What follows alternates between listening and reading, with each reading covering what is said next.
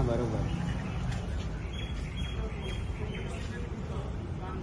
હવે આજે કલેક્ટર કચેરીમાં તમે આવ્યા છો, શું સમસ્યાનો શું પ્રશ્ન લઈને આવ્યા?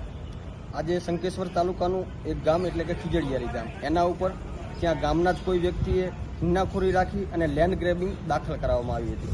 એ આખો વિષય એવો હતો કે 1966થી કરી 2005 સુધી જે આ ખીજડીયારી ગામ છે એ ગામતળની અંદર આવતું હતું, પરંતુ 2005ની પછી અત્યારે હાલ એ ગામ છે એ ગામતળની અંદરથી નીકળી અને સરકારી પડતરની અંદર આવે છે. તો આનો ફાયદો ઉઠાવી એ વ્યક્તિ દ્વારા કિન્નાખોરી રાખી અને આખા ગામ ઉપર લેન્ડ ગ્રેબિંગ દાખલ કરાવવાના પ્રયત્નો કરી 6 જણા ઉપર અત્યારે હાલમાં કરાવેલી છે. તો એની રજૂઆત લઈ કલેક્ટરશ્રીમાં આવેલા હતા કે અમારા જે આ ગામની અંદર 200 પરિવાર છે, 200 મકાન છે, 700-800 લોકો રહે છે.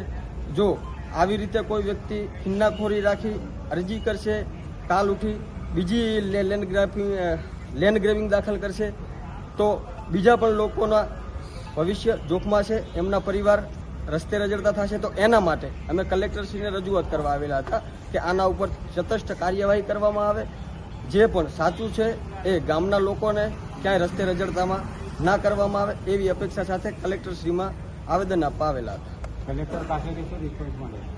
સાહેબશ્રી દ્વારા કહેવામાં આવ્યું છે કે જે પણ સાચું હશે એ સાચું હિતને ધ્યાનમાં લઈ આપણે આના ઉપર ચોક્કસપણે ગામ લોકોને સંતોષપૂર્વક કાર્યવાહી કરીશું. તમારું નામ ને પરિચય?